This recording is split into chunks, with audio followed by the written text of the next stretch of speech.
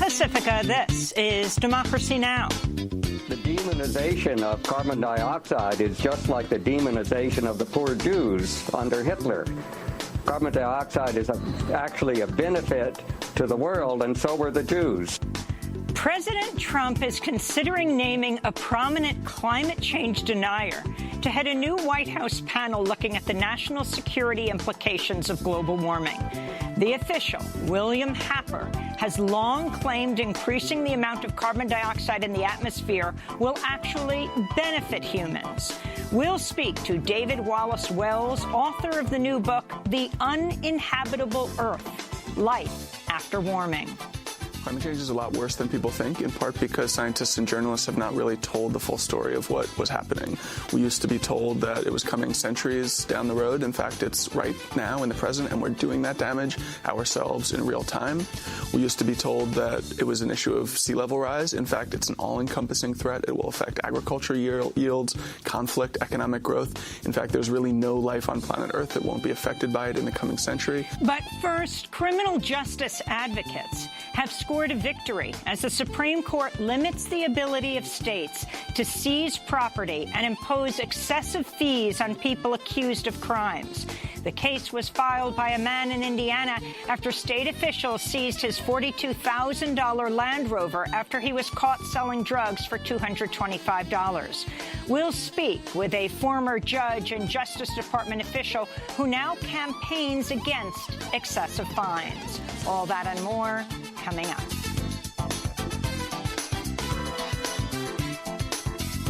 Welcome to Democracy Now!, democracynow.org, the War and Peace Report. I'm Amy Goodman. In Maryland, an active-duty Coast Guard lieutenant will appear in court today after being arrested last Friday after federal investigators uncovered a domestic terror plot to kill high-profile liberal figures, including Democratic lawmakers, media personalities, and judges. 49-year-old Christopher Paul Hassan, a self-described white nationalist, reportedly had a stockpile of 15 guns and more than 1,000 rounds of ammunition. His hit list included House Speaker Nancy Pelosi, civil rights pioneer Angela Davis, freshman Congress members Alexandria Ocasio-Cortez and Ilhan Omar, MSNBC host Chris Hayes, and Democratic presidential hopefuls Senators Kirsten Gillibrand, Elizabeth Warren, Cory Booker, and Kamala Harris, among others. Hassan was reportedly inspired by the far-right Norwegian terrorist Anders Breivik, who in 2011 killed 77 people in a bomb attack and a mass shooting. In a draft email obtained by prosecutors, Hassan wrote, quote, "I am dreaming of a way to kill almost every last person on the earth." Court documents also revealed he wanted to, quote, establish a white homeland. The White House is organizing a new committee to examine whether climate change poses a threat to national security, as many in Trump's government says it does. Trump is considering naming Princeton University professor emeritus and White House science advisor William Happer to head the effort. Happer is a known climate change denier. He's falsely accused the National Oceanographic and Atmospheric Administration, NOAA, of manipulating climate data and compared climate science to the Holocaust. This is Dr. Happer in a 2014 interview. The demonization of carbon dioxide is just like the demonization of the poor Jews under Hitler. Carbon dioxide is actually a benefit to the world, and so were the Jews. We'll have more on this story later in the broadcast. In a major victory for civil liberties advocates, the Supreme Court unanimously ruled to limit the practice of civil asset forfeiture, a controversial practice where police seize property that belongs to people suspected of crimes, even if they are never convicted. On Wednesday, the court ruled the Eighth Amendment protects people from state and local authorities imposing onerous fines, fees, and forfeitures to generate money. The case centered on Indiana man Tyson Timms, who had sold drugs and was sentenced to prison. Timms didn't contest his sentence, but objected to police seizing his Land Rover, which was worth 4 times the maximum fine he could receive from his drug conviction. After the unanimous ruling in Timms' favor, Justice Ruth Bader Ginsburg delivered the court's opinion saying, quote, "The historical and logical case for concluding that the 14th Amendment incorporates the excessive fines clause is overwhelming," she wrote. We'll have more on the significance of this historic ruling after headlines. Authorities in Bangladesh say at least 80 people have died in a massive fire that burned down several buildings in a poor, centuries-old neighborhood in the capital, Dhaka. The death toll is expected to rise as more bodies are uncovered. The fire started on the ground floor of a chemical warehouse before spreading to neighboring structures. Residents say they'd raised safety concerns over the warehouse but were ignored by authorities. In Mexico, 2 radio journalists have been murdered in the past week. On Wednesday, environmental activist and community radio producer Samir Flores Soberanes was killed in the state of Morelos shortly before a referendum on a thermal electric plant and pipeline project that he had opposed. On Saturday, radio announcer Reynaldo Lopez was fatally attacked by armed gunmen in Sonora. Another reporter, Carlos Cota, was with Lopez but survived the attack. 4 radio hosts have now been murdered in Mexico since the start of the year. A UN panel is raising alarm over reports of ongoing mass atrocities in South Sudan. Experts say oil companies in the resource-rich region could be complicit in war crimes.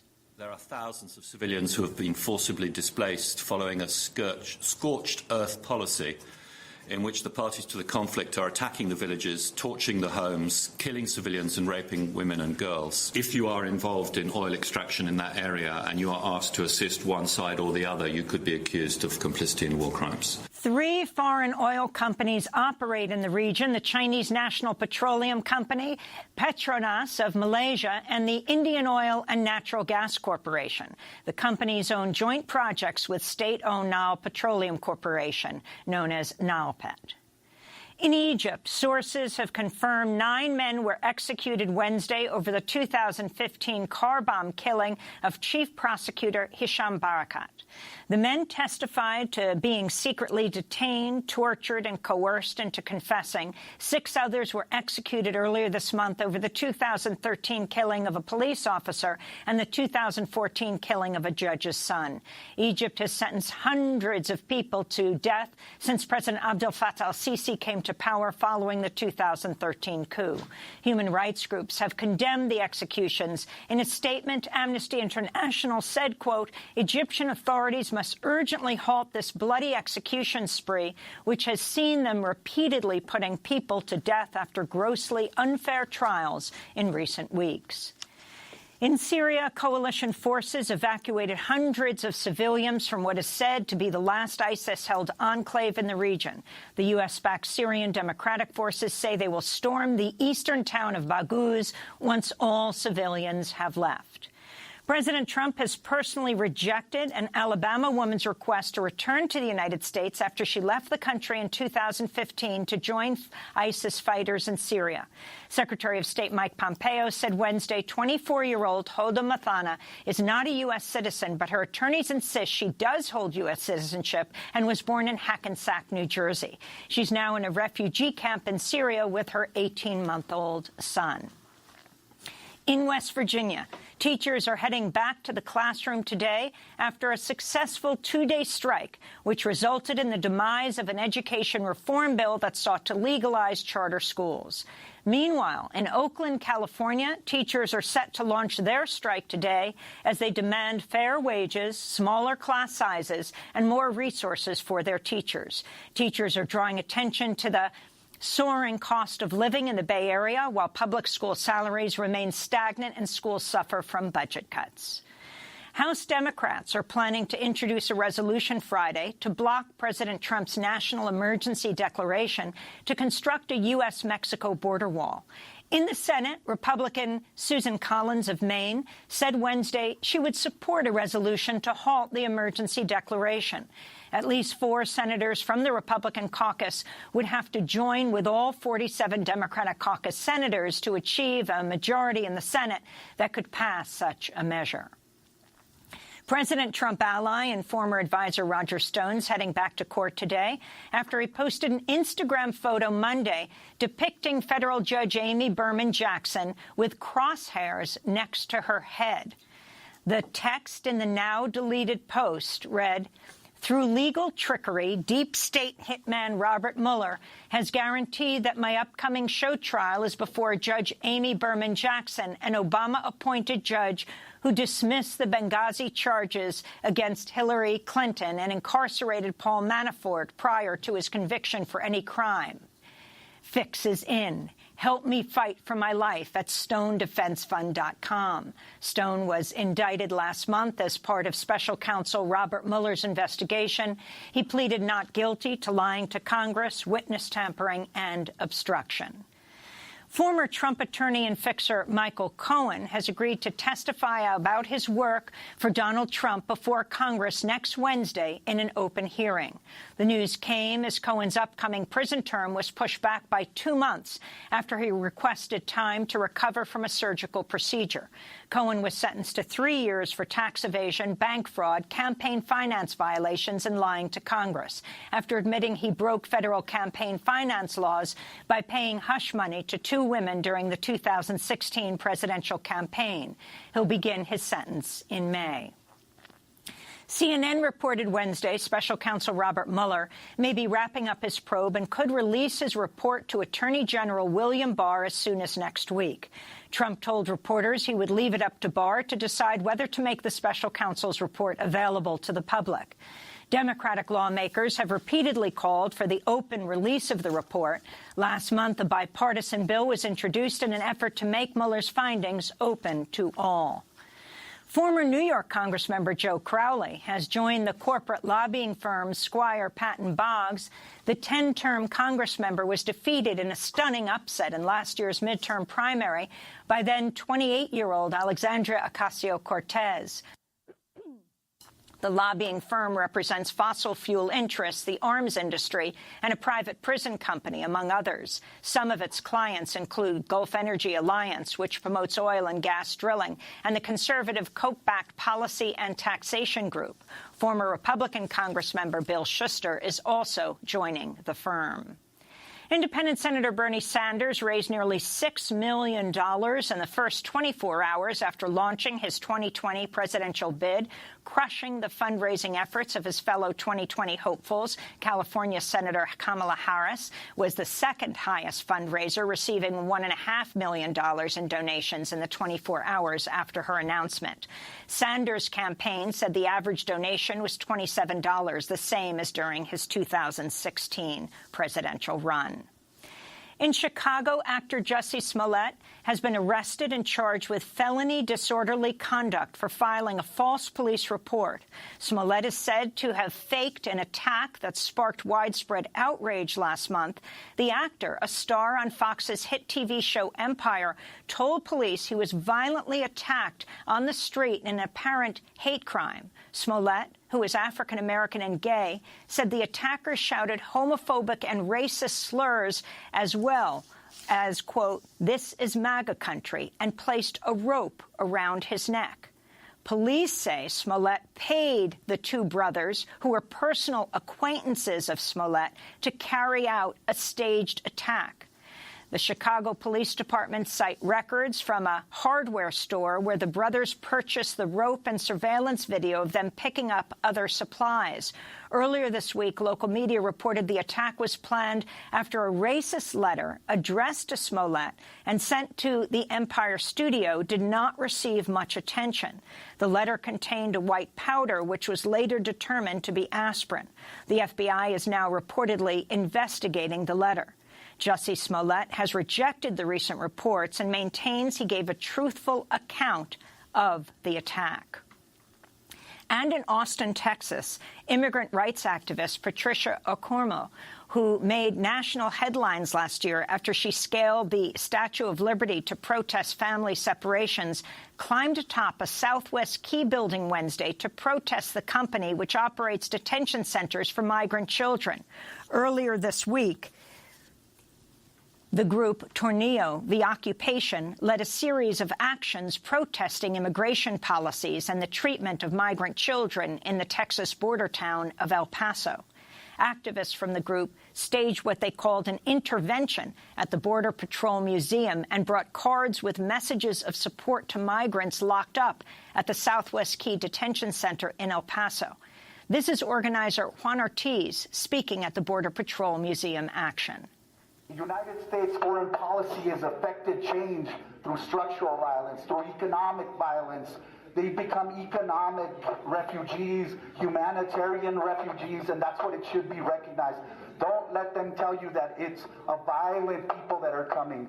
Don't let them tell you that they're enacting violence towards them. It is completely the other way around. When you have children dying under their custody. And those are some of the headlines. This is Democracy Now!, democracynow.org, The War and Peace Report. I'm Amy Goodman. And I'm Nermeen Sheikh. Welcome to our listeners and viewers around the country and around the world. In a major victory for civil liberties advocates, the Supreme Court has unanimously ruled to limit the practice of civil asset forfeiture, a controversial practice where police seize property that belongs to people suspected of crimes, even if they're never convicted. On Wednesday, the court ruled the Eighth Amendment protects people from state and local authorities imposing onerous fines, fees and forfeitures to generate money. The case centered on an Indiana man, Tyson Timms, who had sold drugs and was sentenced to prison. Timms didn't contest his sentence, but he did object to police seizing his Land Rover. The vehicle was worth $42,000, more than 4 times the $10,000 maximum fine Timms could receive for his drug conviction under state law. On Wednesday, the Supreme Court unanimously ruled in Tyson Timms' favor. Writing on behalf of the justices, Ruth Bader Ginsburg said, quote, "The historical and logical case for concluding that the 14th Amendment incorporates the excessive fines clause is overwhelming," unquote. The American Civil Liberties Union has called civil asset forfeiture a violation of due process that disproportionately targets communities of color. After Wednesday's ruling, the ACLU tweeted, quote, "This will help stop state and local authorities from using people in the justice system as their piggy banks." For more, we go to Washington, D.C., where we're joined by Lisa Foster, co-director of the Fines and Fees Justice Center. Her group, along with others, filed an amicus brief in the Supreme Court case. Lisa Foster is a retired California judge. She served in the Justice Department during the Obama administration and led the department's efforts to address excessive fines and fees. Lisa Foster, welcome to Democracy Now! Why don't you lay out the significance of this unanimous decision of the Supreme Court? Good morning, and it's a pleasure to be here. The Supreme Court forcefully told state and local governments that the excessive fines clause applies to their fines, fees, and forfeitures. And they said it, as you pointed out, unanimously. That's critically important, as even a casual observer of the Supreme Court knows. It's rare these days for the court to be unanimous. And all of the justices agreed not just that the excessive fines clause applies to state and local government, but also with the analysis that Justice Ginsburg provided. And there are really a couple of points that are critical in her analysis. First, of course, she decided it applies to state and local governments. But second, when she was going through her opinion, she provided a historical analysis of the excessive fines clause and concluded by explaining why the clause is still important today. And she gave 2 examples. One is because government could impose excessive fines to punish dissent, people it doesn't like or behaviors it doesn't like, and do that excessively. But second, and I think most importantly, she talked about the fact that state and local governments today are using fines, fees, and forfeitures to raise revenue. And she found that to be a reason to continue to enforce the Eighth Amendment prohibition against excessive fines. For that proposition, she cited the late Justice Scalia, who warned about government raising revenue through the justice system. And I'm proud to say she cited the amicus brief that our organization, Fines and Fees Justice Center, as well as the ACLU, the R Street Institute, and the Southern Poverty Law Center filed in the case. And we explained in that brief what is happening today in state and local government and why that is harming so many Americans, millions of Americans, and particularly low-income Americans and Americans of color. Well, so that's one. Go ahead. Well, in her opinion, Ruth Bader Ginsburg noted the troubling role of excessive fines in America's history. She wrote, quote, "Following the Civil War, Southern states enacted black codes to subjugate slaves and maintain the pre-war racial hierarchy. Among these laws' provisions were draconian fines for violating broad prescriptions on vagrancy and other dubious offenses." So, Lisa Foster, could you talk about the history of this? Certainly. And that history, both Justice Ginsburg and Justice Thomas, in his concurring opinion, both wrote at length about the history of the excessive fines clause, which really goes back to the Magna Carta. But their emphasis on the fact that after the Civil War, excessive fines were used by Southern states really to re-enslave black people. Southern states passed vagrancy laws, all kinds of provisions, and imposed very steep fines on people who violated those laws. And when they couldn't pay those fines, then literally sold people to private companies for labor. It was convict labor. And that was a notorious practice throughout the South and even in some northern states during Reconstruction and after. That is important because today fines, fees, and forfeitures disproportionately affect black people and other communities of color in the United States. And by citing that history, the Supreme Court says to the states, we understand what's happening, and that's a reason to be particularly concerned about the imposition of these excessive fines. Well, Lisa, could you just explain in what cases it's considered justified for local and state authorities to impose fines? Almost every case. So a fine is a monetary sanction for the violation of a law. And for many offenses, fines are the only sanction. So, for example, if you get a speeding ticket, it's against the law.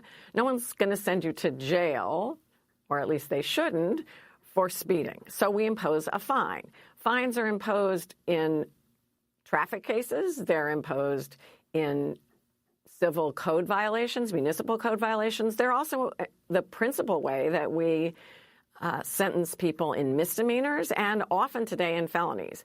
And what's happened over the last 30 years is that the amount of those fines has dramatically increased, and so have the fees that go with those fines. And fees are not supposed to be a sanction, but they're imposed by state and local government to pay for the cost of the justice system and other government services. So I want to go back to 2015. More than a dozen St. Louis area residents filed a class action lawsuit against Ferguson and another suburb, Jennings. They accused local officials of creating a, quote, modern debtor's prison scheme that targets African Americans with arrests and fines and then locks them up when they can't pay. Democracy Now! Spoke to Allison Nelson, one of the plaintiffs in the class action lawsuits. There were multiple occasions where I was incarcerated by Jennings and Ferguson, but just my recent one, it was Thanksgiving. It was 3 days before Thanksgiving. I was incarcerated into Jennings jail cell. I had been there for 3 days. And once I left Jennings, well, they negotiated with my mother over the phone to reduce my bond from $1,000 to $100. And then once they reduced the bond, then I was then transferred to Ferguson jail cell Thanksgiving morning at around 3 a.m.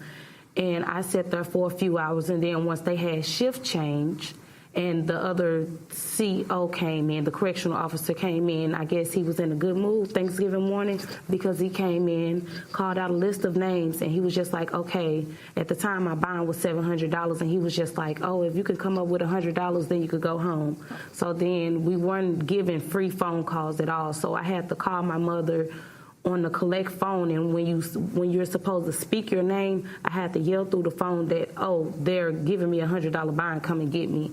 So it was... What were you charged with, Allison? I was charged with... What was I? It was driving... It was driving while suspended. Yeah, it was driving while suspended. Driving while suspended. That's Allison Nelson, one of the plaintiffs in the class action lawsuit, speaking to Democracy Now! In 2015. Lisa Foster, if you could talk about the 2016 letter you wrote on this whole issue, and also this is while you were at the Justice Department, as well as the action Jeff Sessions took when he became Attorney General. Allison's story is precisely why we wrote the letter that we did, what's colloquially referred to as the Dear Colleague letter. After the uprising in Ferguson, after Michael Brown was killed, the Justice Department's Civil Rights Division investigated the Ferguson Police Department. And what they found was appalling. Ferguson was using the justice system to raise revenue. 23% of the city's revenue came from fines and fees imposed by the municipal court in Ferguson. And Ferguson city officials were telling their police officers to raise revenue, go out there and ticket people, which the police department did largely in the community's African-American neighborhoods. And so they were imposing multiple tickets. You would be stopped for a traffic offense and often 4 or 5 different tickets issued. People were cited for high grass and weeds growing too high on their front lawn. And if they couldn't pay immediately in Ferguson, they were sent to jail, just like Allison was. That's unconstitutional. The Supreme Court back in 1983 said that you cannot punish someone simply because they cannot afford to pay a fine. You have to punish someone only because what they did was willful. They could afford to pay it, and they chose not to. But that's not what was happening in Ferguson. Ferguson residents were being charged these excessive fines. They couldn't pay them, and they were sent to jail. That's debtor's prison. And so the department brought together people from all over the country, judges, legislators, activists, lawyers, and tried to determine what it was the department could do to try to reform fines and fees in the United States. And one of the things that people asked of the department, particularly state judges and state legislators, was for guidance, some explanation of the law that applies to the issues of fines and fees. And so together with Vanita Gupta, who was then the acting director of our Civil Rights Division, we wrote a letter. And we set out some black letter law, basic constitutional principles and federal legal principles that are supposed to inform the way that fines and fees are imposed and enforced.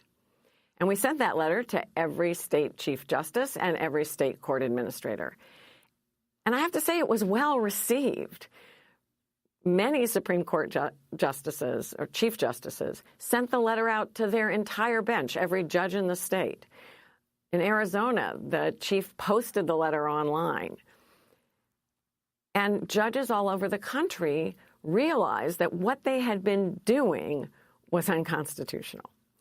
Now, fast forward to the new administration, and Attorney General Jeff Sessions, fairly early on in the administration, announced that he was retracting that letter together with several other pieces of guidance that the Obama administration had issued. I don't think it had the effect that he intended, because many, many state Supreme Courts, particularly the chief justices, reinforced to their judges that despite the actions of the Attorney General, that Dear Colleague letter still applied in their states. And do you expect the new Attorney General, William Barr, to address the issue differently? No. I don't think the department sees its role as advising the states or working with the states to change these practices.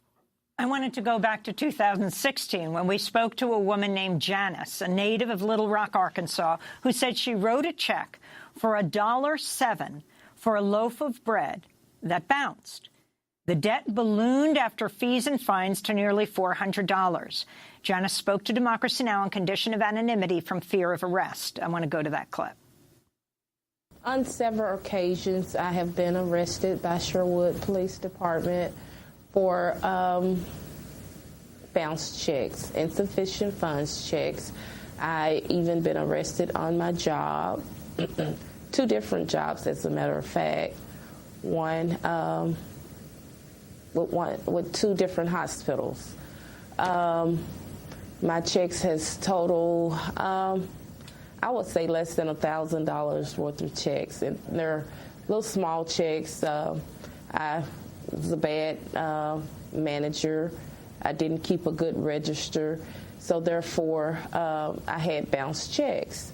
Somewhere $20, $100 may have been the highest number of checks that I've wrote, but I have had accumulated fees up to thousands of dollars in fees and costs on roughly less than $1,000 worth of checks. So that was Janice in Little Rock, Arkansas, speaking to us a few years ago.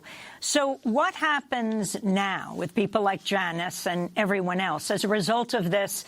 And you can comment on this outside of this particular decision. A unanimous Supreme Court decision across the political spectrum, what this means in this day and age, Lisa Foster. So what it means is that advocates around the country now have a new tool to use to end the imposition of fees and excessive fines and forfeitures in the justice system. They can go to state and local governments and talk about the Supreme Court opinion, and if necessary, they can sue state and local governments who impose excessive fines, fees, and forfeitures. The stories, Allison's story and Janice's stories, are unfortunately stories of millions of people around the country. Let me just give you one example. In California, the fine for running a red light, you raced that yellow light and you lost. The fine is $100. That's what the legislature says is the sanction for running the red light. But that's not what you owe the state of California. If you're convicted of running a red light, you owe $490 because the California legislature attaches an additional $390 of fees to that $100 fine. The average American doesn't have $400 in the bank for an emergency. So how are they supposed to come up with $490 to pay to the state? And truthfully, if you're a low-income person, you can't do that, at least not right away. And what happens around the country, if you can't immediately afford to pay your fines and fees, is exactly what happened to Allison and Janice. The amounts go up, and in 43 states, your driver's license is suspended. Now, it's counterproductive to suspend somebody's driver's license because they didn't pay a debt. Because, of course, 90% of Americans drive to get to work. So we take away their license, we take away their means of earning a living to pay back the debt.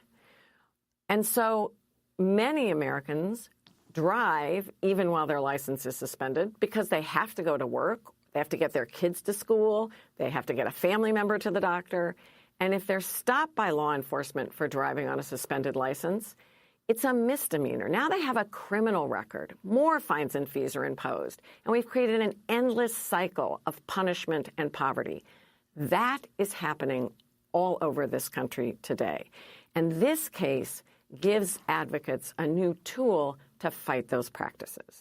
Lisa Foster, we want to thank you for being with us. Co-director of Fines and Fees Justice Center. Her organization, along with others, filed an amicus brief in the Supreme Court case Timms versus Indiana.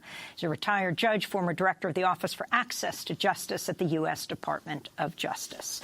This is Democracy Now! When we come back, you'll hear the analogy made by President Trump's, well, a man he's considering to head up a committee to look at whether climate change affects national security.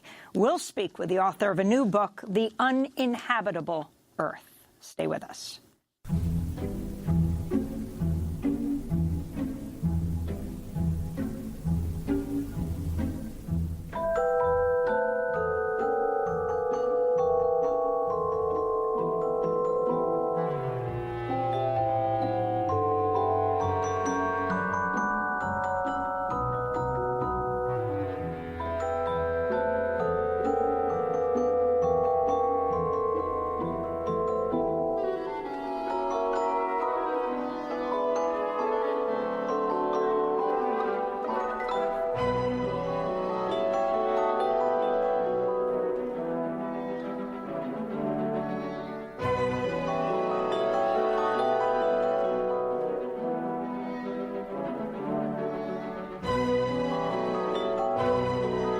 Dance of the Sugar Plum Fairies from Tchaikovsky's Nutcracker Suite. This is Democracy Now! I'm Amy Goodman with Nermeen Sheikh. We spend the rest of the hour on the climate crisis, following reports that the White House is organizing a new committee to examine whether climate change poses a threat to national security. Efforts to form the panel, named the Presidential Committee on Climate Security, are being led by Princeton University Professor Emeritus and Trump science advisor William Happer, a physicist and known climate change denier. Observers say his involvement indicates the Trump administration wants to undermine findings within the national security community that climate change poses a severe threat to human safety. William Happer is a National Security Council senior director who's long claimed increasing the amount of carbon dioxide in the atmosphere will actually benefit humans. In a 2017 interview published in The Guardian, Harper said, quote, "There's a whole area of climate so-called science that is really more like a cult. It's like Hare Krishna or something like that. They're glassy-eyed and they chant." Happer also has served on the board of the CO2 Coalition, which cites as its mission educating policy leaders and the public about, quote, the important contribution made by carbon dioxide and fossil fuels. He's also compared the fight against climate change to the Holocaust. This is Happer speaking on CNBC with Andrew Ross Sorkin in 2014. You made a comment back in 2009 comparing climate change to the Holocaust. And my question is, are you suggesting when you made that comment that climatologists and climate scientists are the equivalent of Hitler and Nazis? I mean, that's what it seems like you were trying to say. You know, I get called a denier, and anyone who objects to all of the hype gets called a denier. That's supposed to make me a Holocaust denier. You know, I'm getting tired of that. And the comment I made was the demonization of carbon dioxide is just like the demonization of the poor Jews under Hitler. Carbon dioxide is actually a benefit to the world, and so were the Jews. That's William Happer defending his statement that, quote, the demonization of carbon dioxide is just like the demonization of the poor Jews under Hitler. Dr. Happer also supports prohibiting federally funded scientists from communicating their findings to the public. News that he might lead Trump's new climate committee comes despite a widespread consensus about the massive threat climate change poses to humanity. Last year, government findings collected by 13 federal agencies reported climate change poses an extreme threat to American infrastructure, economy, and public health. We turn now for the rest of the show to journalist David Wallace-Wells, who's sounding the alarm about the climate crisis and the need for swift, radical action to save the planet from unimaginable destruction. His new book reports global warming is far worse than reports of even the worst-case scenarios. The book is called The Uninhabitable Earth, Life After Warming. The book offers the dire warning that the planet is on course to more than 4 degrees Celsius of warming by 2100. This means, quote, whole regions of Africa and Australia and the United States, parts of South America, north of Patagonia, and Asia south of Siberia would be rendered uninhabitable by direct heat, desertification, and flooding. We're joined by the book's author, David Wallace Wells, deputy editor and climate columnist for New York Magazine. It's so great to have you with us. Thanks for having me. So start off by, responding to Dr. Happer. And also, the reason President Trump is setting up this committee, the government has said over and over again, even the Trump administration government, that climate change is a national security threat, one of the worst. So why this committee?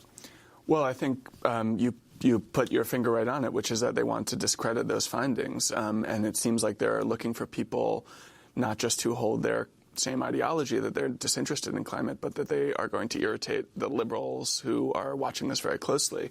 I don't see why else you'd pick someone like this to be a part of this committee. The Holocaust analogy is especially interesting because we are already today killing 9 million people a year globally with small particulate pollution. That's not directly an effect of climate change, but it happens because we're burning fossil fuels, 9 million people every year, and that is more than died in the Holocaust. If we get to 2 degrees of warming, predictions are that we will have killed 150 million people from the small particulate pollution alone. How do you know that? It's a paper by a scientist named Drew Shindell. It just looked at the difference between air pollution at 1.5 degrees and air pollution at 2 degrees. So just in that gap, we'd be killing 150 million people. That's the equivalent of 25 Holocausts. And 2 degrees is functionally our best case scenario for global warming, which means that our absolute best case scenario is suffering at the scale of 25 Holocausts, which puts this guy's comments about his comparison in context. Yeah. Comparing carbon dioxide to Jews. And it's interesting, additionally, because the Department of Defense and the national security state have been a really interesting source of far-reaching projections about climate change within the U.S. for a long time. They are among the more conservative parts of the federal government, and yet they're also very hard-minded and realistic and concerned with the fate of American power in the world. And so they've been very clear in their projections for what is possible, not just the flooding of Navy bases and other military bases, which is a big part of it, but also just how totally the global map will be destabilized by the forces of warming. So in many parts of the world, whole societies could be torn asunder, pushed into civil war. Nations that had been living sort of uncomfortably aside one another could be pushed into conflict over resource scarcity. There are scientists who believe that much of the unrest that we've seen in the Middle East over the last 25 years is actually the result of global warming, because this is part of the world where warming is hit first and hit hardest.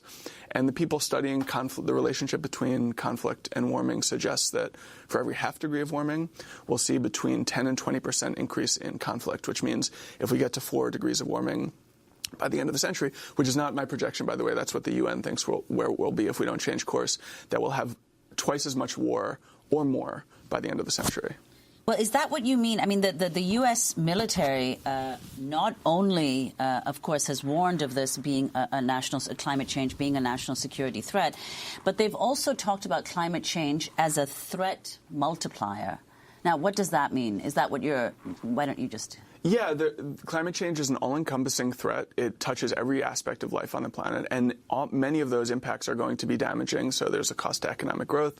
The economists believe that if we don't change course on climate change, we'll have a global GDP that's at least 20% smaller and maybe 30% smaller than we would without climate change. There's the cost to public health.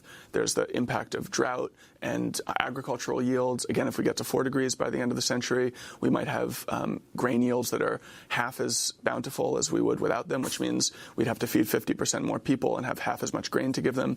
And all of these things impose a burden on any society. Some societies are wealthy enough and adaptable enough to endure and find other ways to, say, feed their people and take care of their sick, but others are not. And many of those societies will likely fall into conflict as a result of global warming. So the people who study this most closely are careful to say that most wars that we see aren't the direct cause of warming, but that warming is a factor in many conflicts. For instance, the Syrian civil war, Lebanon had a similar drought, and they were not pushed into civil disarray. But the Syrian civil war was the result of a drought, and it produced a refugee crisis that has completely destabilized European politics and, through Europe, global geopolitics. that was 1 million refugees who came out of Syria and went into Europe. There were more refugees that were produced, but only 1 million made it to Europe. And we're looking at, according to the UN, a climate refugee crisis that could be 100 or 200 or even 1,000 times as big as that crisis. We're going to break and then come back to this discussion with David Wallace Wells, author of the new book, The Uninhabitable Earth, Life After Warming. Stay with us. When the snow falls down in April, instead of sunlight in your eyes, then you know things are changing, for better or you cry. I still can hear people talking about making changes in their lives, but I don't want to live that way, 'cause I'm doing all right. When the snow falls down in April and your TV brings you the news about a president claiming his victory, but I think we all will lose. When the snow falls down in April and we're still cutting trees in Brazil, I know it's fighting human nature. No in April by Danny Vera here on Democracy Now!, democracynow.org, The War and Peace Report. I'm Amy Goodman with Nermeen Sheikh. Earlier today, Greta Thunberg, the 16-year-old Swedish climate activist, addressed European Union leaders in Brussels. Greta has garnered global attention for carrying out a weekly school strike against climate change in her home country of Sweden. We need to focus every inch of our being on climate change. Because if we fail to do so, then all our achievements and progress have been for nothing. And all that will remain of our political leaders' legacy will be the greatest failure of human history. And they will be remembered as the greatest villains of all time because they have chosen not to listen and not to act. And if you still say that we are wasting valuable lesson time, then let me remind you that our political leaders have wasted decades through denial and inaction. And since our time is running out, we have decided to take action. We have started to clean up your mess, and we will not stop until we are done. Thank you.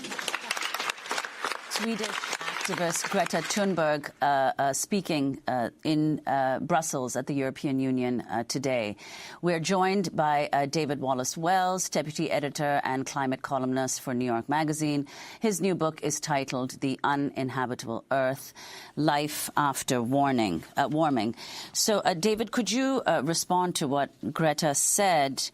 And also, I mean, obviously she's a Scandinavian activist, and we all know that in Scandinavia, the response to climate change has been much more forceful and much earlier than in the United States. You, in your book, you yourself write, I am like every other American who spent their life fatally complacent and willfully deluded about climate change.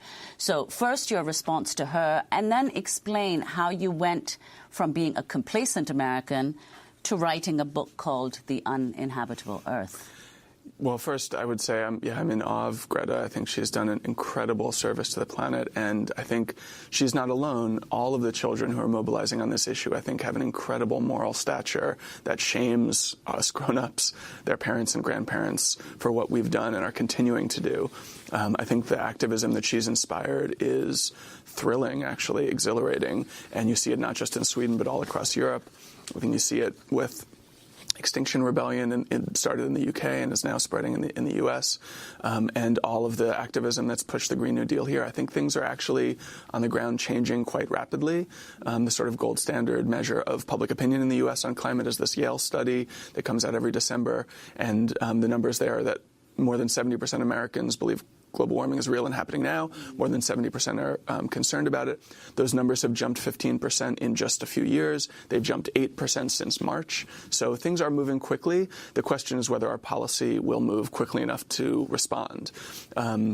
My own story is, I'm not an environmentalist. I've been an urbanite my whole life. am a kind of child of the end of history. I was a teenager in the 1990s in America, in an affluent part of America, in New York. And I believe that while the promises of globalization and neoliberalism were imperfect, I also believe that history told a story of progress and that over time the world would be getting better, more prosperous, safer, cleaner, more just. Again, that those stories would be erratic, but they would unfold over time. And just over the last few years, really beginning in 2016, when I started seeing much more alarming reports about climate change than I had seen before, and also noticed that those reports were not showing up in our newspapers or television accounts of climate change, that there were some really quite bleak possibilities on the horizon, and so profound in their implications that they would really unbuild or reverse those intuitions about the future of the world that I had had as a young person growing up when I did, that the cost to our society could be so great that we really did stop thinking of the future as containing a more prosperous possibility for us and started thinking of the past as some more perfect time. Talk about the U.S. military and what the U.S. military understands about the threat of global warming to national security. Well, it destabilizes absolutely everything about geopolitics. So states are destabilized. The rivalries between states are destabilized. It changes the calculus of where resources are that are valuable. It transforms shipping routes. It transforms the front lines of battle. So, for instance, the Arctic is melting. That means that there's new territory to fight over. There's already rivalry there between the U.S. and Russia. China is involved. And the exact nature of these dynamics is shifting with the effects of change. So Russia was a country that a few years ago we thought of as a kind of a second-rate power. But climate change actually promises to benefit them in a couple of ways, in part because they benefit from the burning of fossil fuels. They're a petrostate, and in part because their economy is one of the few in the world that's far enough north that it will actually benefit from some additional warming. The relationship of temperature and economic growth is complicated, but there are some countries that will benefit and most who will suffer as a result of warming. And Russia is poised to benefit, which means that, along with everything else we're seeing, Russia could play a bigger, more dynamic role of rival in the future.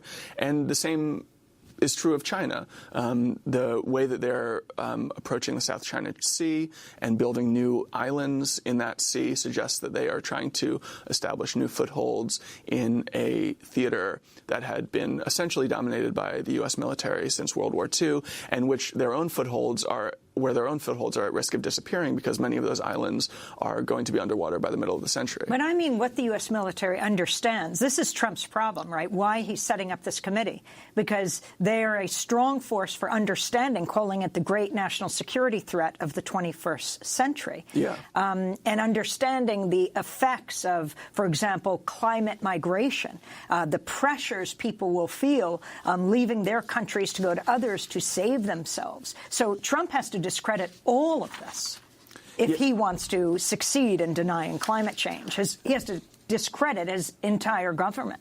Yeah, I think that Trump is less of a denier than someone who sees an opportunity in slow-walking action on climate. So I don't think he really cares whether climate change is real. I just think he sees an advantage in American inaction, in opening more coal plants and letting the rest of the world clean up the mess. That's how he's operated as a businessman. I think that's basically how he's operating as a president. But what's one of the really interesting news from science, from economic research in particular, is that while his view had been a kind of conventional picture of whether we should act on climate or not, that is to say 10 years ago, economists would have said that action on climate was quite costly and would involve foregoing real economic growth. All of the recent research suggests that faster action will be better for us economically. We could save $26 trillion in the global economy just by 2030, which is a very fast return if we decarbonize quickly. I don't think that information has yet percolated into the minds of our policymakers, especially like Donald Trump. But once that logic is clear, that faster action is better for the economy, I think that we may start to see a kind of sea change in our public policy towards climate. We'll see. Well, one of the things that's very powerful about your book is that, we're used to thinking of climate change as a series of cataclysmic events, right? Floods, hurricanes, etc. But you point out that climate change is also a problem of duration. In other words, it's not only very fast, it's also very long. And the longer it goes on, its cumulative effects result in even more catastrophic events. So could you elaborate on that and how we should understand it? I mean, you write, in fact, you might hope to simply reverse climate change, but you can't. It will outrun all of us. That's especially true with regard to the melting of ice. So if we pass tipping points of ice melt in the Arctic and Antarctic, those processes will take place over centuries and maybe even millennia.